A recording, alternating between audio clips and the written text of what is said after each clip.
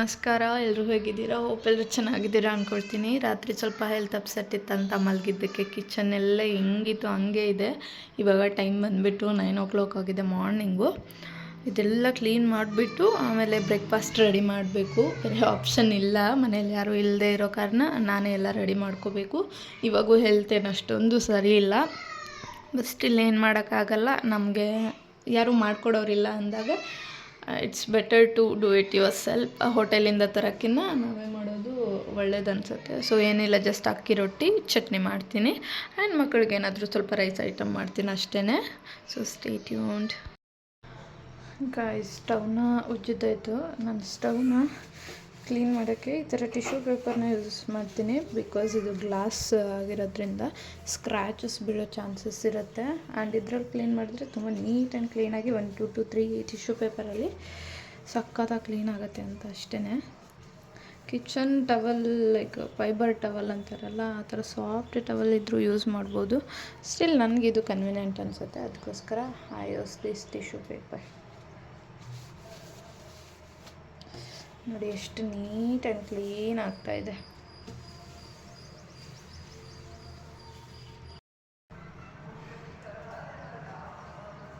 Hi guys, finally kitchen ಎಲ್ಲ clean ಮಾಡಿದ್ದಾಯಿತು. ಇವಾಗ ಬ್ರೇಕ್ಫಾಸ್ಟ್ಗೆ ready ಮಾಡ್ತೀನಿ. ಇವನಿಗೆ ಸ್ವೀಟ್ ಮಾಡೋದು, ನಮಗೆ ಅಕ್ಕಿ ರೊಟ್ಟಿ ಮಾಡೋದು. ಇನ್ನು ನನ್ನ ಪಾರ್ಟ್ನರು ಹಿಂಗೆ ಇರ್ತಾನೆ. ಸೊ ಅಕ್ಕಿ ರೊಟ್ಟಿಗೆ ಏನೆಲ್ಲ ಬೇಕು ಅದು ತಗೊಳ್ಳೋಣ ಬನ್ನಿ. ಏಯ್ ಬೀಳ್ತೀಯ ಚಲೇ. ನಾನು ಅಡುಗೆ ಆಗೋವರೆಗೂ ಇವನು ಹಿಂಗೆ ಕಾಡ್ತಾ ಇರ್ತಾನೆ, ಒಂದೊಂದು ಎತ್ತಿ ಬಿಸಾಕ್ತಾ ಇರ್ತಾನೆ. ನಾನು ಸೆಟ್ ಮಾಡ್ತಾ ಅಡುಗೆ ಮಾಡಬೇಕು. ಫಸ್ಟಿಗೆ ಒಂದು ಬೌಲು. ನಾನೀಗ ಒಂದು ಪಾತ್ರೆಯಲ್ಲಿ ಒಂದು ಅರ್ಧ ಚಮಚಷ್ಟು ನೀರನ್ನ ಕಾಯಿಸ್ಕೊಳ್ತಾ ಇದ್ದೀನಿ. ಹೆಸರು ಬಂದು ಸ್ವಲ್ಪ ಉಗುರು ಬಿಸಿ ಆಗೋವರೆಗೂ ಕಾಯಿಸ್ಕೋಬೇಕು. ಯಾಕಂದರೆ ಅಕ್ಕಿ ರೊಟ್ಟಿಗೆ ಬಿಸಿನೀರು ಹಾಕಿದರೆ ರೊಟ್ಟಿ ಕ್ರ್ಯಾಕ್ ಆಗೋಲ್ಲ, ಇಲ್ಲ ತಣ್ಣೀರೇ ಯೂಸ್ ಮಾಡಿದರೆ ರೊಟ್ಟಿ ಕ್ರ್ಯಾಕ್ಸ್ ಆಗುತ್ತೆ. ಸೊ ಅದಕ್ಕೋಸ್ಕರ ಬಿಸಿನೀರು ಯೂಸ್ ಮಾಡಿ. ಗಾಯ್ಸ್, ಆನಿಯನ್ ಮೇಲೆ ಈ ಥರ ಇದ್ದರೆ ಇದು ಫಂಗಸ್ ಅಂತೆ. ಒಂದು ಈ ಲೇಯರ್ನ ರಿಮೂವ್ ಮಾಡಿಬಿಡಿ, ಇಲ್ಲ ನೀಟಾಗಿ ವಾಶ್ ಮಾಡಿ ಯೂಸ್ ಮಾಡಿ. ಇದ್ರ ಜೊತೆಗೇ ಯೂಸ್ ಮಾಡಬಾರ್ದಂತೆ, ಯಾವುದೋ ವೀಡಿಯೋದಲ್ಲಿ ನೋಡಿದ್ದೆ. ಗೈಸ್, ನಂಗೊಂದು ಫೋಬಿಯಾ ಇದೆ. ನಾನು ಕಿಚನಿಂದ ಆಚೆ ಹೋಗೋಷ್ಟೊತ್ತಿಗೆ ಒಂದು ಟವಲ್ ವೆಟ್ಟಾಗಿರುತ್ತೆ, ಅಷ್ಟು ಸಾರಿ ಹ್ಯಾಂಡ್ ವಾಶ್ ಮಾಡ್ತೀನಿ ಆ್ಯಂಡ್ ಟವಲ್ ಗುಜ್ತಾನೆ ಇರ್ತೀನಿ.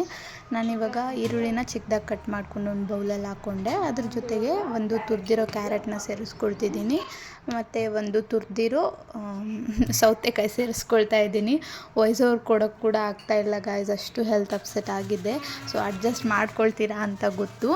ಹಾಗೆ ಇನ್ನೂ ಯಾರೆಲ್ಲ ಚಾನಲ್ನ ಸಬ್ಸ್ಕ್ರೈಬ್ ಆಗದಿರೋ ವಿಡಿಯೋ ನೋಡ್ತಿದ್ದೀರಾ, ಪ್ಲೀಸ್ ನನ್ನ ಚಾನಲ್ನ ಸಬ್ಸ್ಕ್ರೈಬ್ ಮಾಡ್ಕೊಳ್ಳಿ. ಹಾಗೆ ನಿಮ್ಮ ಫ್ರೆಂಡ್ಸ್ ಆ್ಯಂಡ್ ಫ್ಯಾಮಿಲಿ ಜೊತೆ ಶೇರ್ ಮಾಡಿ. ಇನ್ನು ನನ್ನ ಹಿಂದೆ ಚೆರಿ ಕೂಡ ವಾಯ್ಸ್ ಓವರ್ ಕೊಡ್ತಿದ್ದಾನೆ. ನಾನು ಈರುಳ್ಳಿ, ಕ್ಯಾರೆಟ್, ಸೌತೆಕಾಯಿ ಆ್ಯಂಡ್ ಹಸಿಮೆಣಸಿನ್ಕಾಯಿ ಪೇಸ್ಟು. ಇನ್ನು ನಾನಿಲ್ಲಿ 1.5 ಬೌಲಷ್ಟು ಅಕ್ಕಿ ಹಿಟ್ಟನ್ನ ಹಾಕ್ಕೊಳ್ತಿದ್ದೀನಿ. ಇದು ಡಿಮಾರ್ಟಲ್ಲಿ ತೊಗೊಂಬಂದಿರೋ ಅಕ್ಕಿ ಹಿಟ್ಟು. ಮನೇಲಿರೋ ಅಕ್ಕಿ ಹಿಟ್ಟಾದರೂ ಹಾಕ್ಕೋಬೋದು, ಆಚೆಯಿಂದ ತಂದಿರೋ ಅಕ್ಕಿ ಹಿಟ್ಟಾದರೂ ಹಾಕ್ಕೋಬೋದು. ಯಾವುದಾದ್ರೂ ಬಿಸಿನೀರು ಹಾಕಿ ಕಲಿಸ್ಕೊಂಡ್ರೆ ಸಾಕು, ಅಕ್ಕಿ ರೊಟ್ಟಿ ತುಂಬ ಚೆನ್ನಾಗಿ ಬರುತ್ತೆ. ಇವಾಗ ಒಂದು ಉಂಡೆಯಷ್ಟು ಹಿಟ್ಟನ್ನ ಸ್ವಲ್ಪನೇ ಖಾರ ಹಾಕಿ ತೆಗ್ದಿಡ್ತೀನಿ. ಆಮೇಲೆ ಜಾಸ್ತಿ ಖಾರ ಹಾಕಿ ನಮಗೆ ಮಾಡ್ಕೊಳ್ತೀನಿ. ಅಂದರೆ ಮಿತ್ತು ಖಾರ ಜಾಸ್ತಿ ತಿನ್ನಲ್ಲ ಅಲ್ಲ, ಸೊ ಅವನಿಗೋಸ್ಕರ ಒಂದು ಏನೇ ಮಾಡಿದರೂ ಈ ಥರ ಅವನಿಗೆ ತುಂಬ ಸ್ಪೈಸಿ ಕಡಿಮೆನೇ ಅವ್ನು ತಿನ್ನೋದು. ಚಿಕ್ಕವನಾದರೂ ಪರವಾಗಿಲ್ಲ, ನಮ್ಮ ರೇಂಜಿಗೆ ತಿಂದುಬಿಡ್ತಾನೆ, ದೊಡ್ಡವನು ತಿನ್ನಲ್ಲ ಅಂತ ಅವ್ನು ತೆಗ್ದೆ. ಇನ್ನು ಚರಿಗೆ ಸ್ವಲ್ಪ ಸ್ವೀಟ್ ಮಾಡಿದ್ದೆ. ಸೊ ಅವ್ನಿಗೆ ಸ್ವೀಟ್ ತಿನ್ನಿಸಿ ಆಮೇಲೆ ಅವ್ರ ಡ್ಯಾಡಿಗೆ ಮಿತ್ತುಗೆ ಮಾಡಿಕೊಡೋಣ ಅಂದ್ಬಿಟ್ಟು ಇವನು ಬೇಗ ತಿಂದು ಒಂದು 9:30-10 ಗಂಟೆ ಹಂಗೆ ಮಲ್ಕೊಂಡು ಬಿಡ್ತಾನೆ. ಸೊ ಅವ್ನಿಗೆ ತಿನ್ನಿಸ್ತಾ ಇದ್ದೆ. ನಮ್ಮ ಜೊತೆ ನನಗೆ ತುಂಬಾ ಹೆಲ್ಪ್ ಮಾಡೋದಂದರೆ ಈ ಚೋಟಿ. ಅವಳ ಹೆಸರು ನನಗೇನೋ ಅಷ್ಟು ನೀಟಾಗಿ ಪ್ರನೌನ್ಸ್ ಮಾಡೋಕ್ಕೆ ಬರಲ್ಲ, ಅವರು ಬಿಹಾರದವರು. ಸೊ ನಾನು ಅವಳನ್ನ ಚೋಟಿ ಅಂತ ಕೂಗ್ತೀನಿ, ಅವಳಿಗೂ ಅದು ಇಷ್ಟ. ಅವಳು ನಾನು ಹೇಳೋ ಕೆಲಸ ಎಲ್ಲ ಪಾಪ ಮಾಡಿಕೊಡ್ತಾ ಇರ್ತಾಳೆ. ಹೆಲ್ತ್ ಅಪ್ಸೆಟ್ ಇದ್ದರೆ ನಮ್ಮವ್ರು ನಮ್ಗೆ ಆಗ್ತಾರೋ ಇಲ್ವೋ ಗೊತ್ತಿಲ್ಲ, ಬಟ್ ಈ ಥರ ಅಕ್ಕಪಕ್ಕ ಮನೆಯವರು ಈ ಥರ ಬಂದಿರೋರು ತುಂಬಾ ಆಗ್ತಾರೆ, ತುಂಬ ಹೆಲ್ಪ್ ಮಾಡ್ತಾ ಇರ್ತಾಳೆ. ಸೊ ಅವಳಿಗೂ ಕೂಡ ಅಕ್ಕಿ ರೊಟ್ಟಿ ಮಾಡಿಕೊಟ್ಟಿದ್ದೆ. ಅವಳು ಟೇಸ್ಟ್ ನೋಡಿದ್ಲು, ಚೆನ್ನಾಗಿತ್ತು ಆಂಟಿ ಅಂತ ಹೇಳ್ತಾ ಇದ್ಲು. ಸೊ ಅದು ಖುಷಿ ಆಯಿತು. ಇನ್ನು ನಮ್ಮಿತ್ತು ಎಲ್ಲೋದ್ರೂ ನಂದಿದು ನಿಂದದು ಎಲ್ಲ ಅವನಿಗೆ ಬೇಕು, ಚರಿಗೆ ಮಾತ್ರ ಏನೂ ಕೊಡೋಲ್ಲ. ಸೊ ಅವ್ಳಿಗೆ ಹೇಳ್ತಾ ಇದ್ದೆ. ಇನ್ನು ಎಲ್ಲರೂ ಬ್ರೇಕ್ಫಾಸ್ಟ್ ಮುಗಿಸ್ಕೊಂಡು ಹೊಲದ ಹತ್ರ ಹೋಗಬೇಕಲ್ಲ. ನಿಮಗೆ ಗೊತ್ತಿರೋ ಹಾಗೆ ನನ್ನ ಬ್ಲಾಗಲ್ಲಿ ಏನಿರುತ್ತೋ ಇಲ್ವೋ ಗೊತ್ತಿಲ್ಲ, ನಾನು ಶೆಡ್ಡಿಗೆ ಹೋಗದೆ ಇರೋ ಡೇನೇ ಇರಲ್ಲ.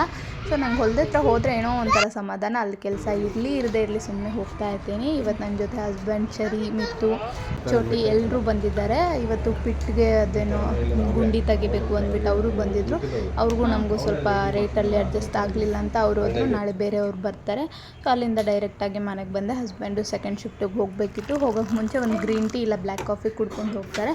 ಆ್ಯಸ್ ಯೂಶ್ವಲ್ ಅವ್ರಿಗೊಂದು ಗ್ರೀನ್ ಟೀ ಮಾಡಿ ಅವ್ರಿಗೆ ಕೊಟ್ಟಿದ್ದಾಯಿತು. ಇನ್ನು ನಮಗೆ ಲಂಚ್ ಬೇಕಲ್ವಾ, ಅವ್ರು ಹೋದರೆ ಏನಂತೆ ಮಕ್ಕಳಿರ್ತಾರೆ, ಸೊ ಲಂಚ್ ಪ್ರಿಪೇರ್ ಮಾಡಲೇಬೇಕು. ಇಲ್ಲಿ ವೈಟ್ ರೈಸ್ ಮಾಡಿದ್ದೀನಿ. ಆ್ಯಂಡ್ ತುಂಬ ಸಿಂಪಲ್ಲಾಗಿ ಮೂಲಂಗಿ ಸಾಂಬಾರು ಮಾಡೋಣ ಅಂದ್ಕೊಂಡು ಒಂದು ಬೇಸಿಕ್ ಒಗ್ಗರಣೆ ಹಾಕ್ಕೊಂಡ್ಬಿಟ್ಟು ಮೂಲಂಗಿನ ಈ ಥರ ಚಿಕ್ಕ ಚಿಕ್ಕದಾಗಿ ಕಟ್ ಮಾಡಿ ಆ ಒಗ್ಗರಣೆಯಲ್ಲಿ ಸೇರಿಸ್ಕೊಂಡು ಕುದಿಸಿರೋ ಬೇಳೆ ಹಾಕಿ ಮಿಕ್ಸ್ ಮಾಡಿಕೊಂಡು ಸ್ವಲ್ಪ ಕೊತ್ತಂಬರಿ ಸೊಪ್ಪು ಹಾಕಿದರೆ ಮೂಲಂಗಿ ಸಾಂಬಾರು ರೆಡಿ. ನೀವು ಒಂದು ಸಾರಿ ಟ್ರೈ ಮಾಡಿ ನೋಡಿ, ಒಂಚೂರು ಸ್ಮೆಲ್ ಬರೋಲ್ಲ, ತುಂಬ ಟೇಸ್ಟಿಯಾಗಿ ಆಗುತ್ತೆ. ಸೊ ನಮ್ಮ ಮನೇಲಿ ಎಲ್ರಿಗೂ ಇಷ್ಟ. ಇನ್ನು ಸಾಂಬಾರು ಆಗೋವರೆಗೂ ಕುದ್ದಿರೋ ಬೇಳೆ ಸ್ವಲ್ಪ ಎತ್ತಿಟ್ಕೊಂಡಿರ್ತೀನಿ. ನಾನು ಚಿಕ್ಕವಳಿದ್ದಾಗಿಂದನೂ ನಮ್ಮ ದೊಡ್ಡಮ್ಮ ಈ ಥರ ನಂಗೆ ಬೇಳೆ ಕೊಡ್ತಾಯಿದ್ರು. ಸೊ ನನಗೆ ಆ ಥರ ತಿನ್ನೋದಂದರೆ ತುಂಬ ಇಷ್ಟ. ಅದು ತಿಂದಿದ್ದಾಯಿತು. ನನಗೆ ಯಾಕೋ ರೈಸ್ ಸಾಂಬಾರು ಸೇರಲಿಲ್ಲ ಅಂತ ಚೆರಿನ ಮಲಗಿಸಿ ಇಲ್ಲಿ ಶಾವಿಗೆ ಪಾಯಸ, ಶಾವಿಗೆ ಖೀರ್ ಏನೋ ಹೇಳ್ಕೊಬಹುದು, ಇದನ್ನ ಮಾಡಿಕೊಂಡೆ. ಈ ನಡುವೆ ಯಾಕೋ ಸ್ವೀಟ್ ಕ್ರೇವಿಂಗ್ಸ್ ತುಂಬಾ ಆಗ್ತಾಯಿದೆ. ಇದು ತಿನ್ನೋ ಅಷ್ಟೊತ್ತಿಗೆ ಚೆರಿ ಎದ್ದೇಳ್ದ.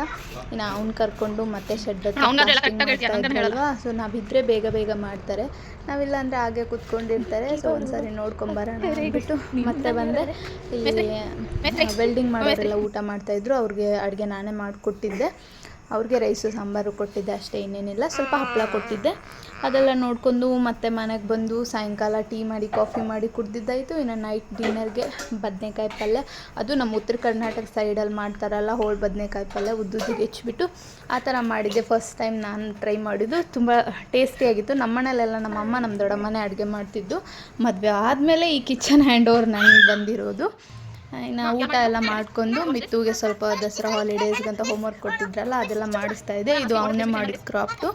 ಇದೇನಿಲ್ಲ ಕಲರ್ ರವೆ ಎಲ್ಲ ಮಿಕ್ಸ್ ಮಾಡಿ, ಅಂದರೆ ರವೆ ಕಲರ್ ಹಾಕಿ ಮಿಕ್ಸ್ ಮಾಡಿ ಪೇಸ್ಟ್ ಮಾಡಿದ್ವಿ. ಇನ್ನು ತುಂಬಾ ಹೋಮ್ವರ್ಕ್ ಕೊಟ್ಟಿದ್ದಾರೆ. ಸೊ ಅವ್ನು ಮಾಡ್ತಾನೋ ಇಲ್ಲೋ ಗೊತ್ತಿಲ್ಲ, ನಾನಾದರೂ ಮಾಡಿಕೊಡ್ಲೇಬೇಕು.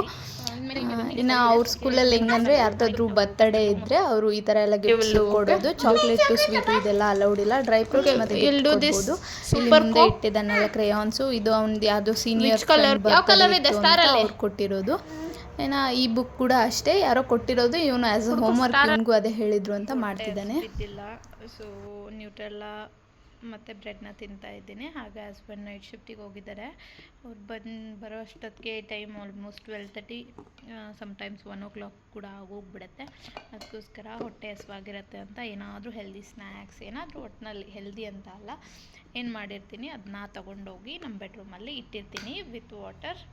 ಅವ್ರು ಬಂದಮೇಲೆ ತಿನ್ಕೊಳ್ತಾರೆ. ಮಿತ್ತು ಕೂಡ ನ್ಯೂಟೆಲ್ಲ ತಿಂತಾ ಇದ್ದಾನೆ.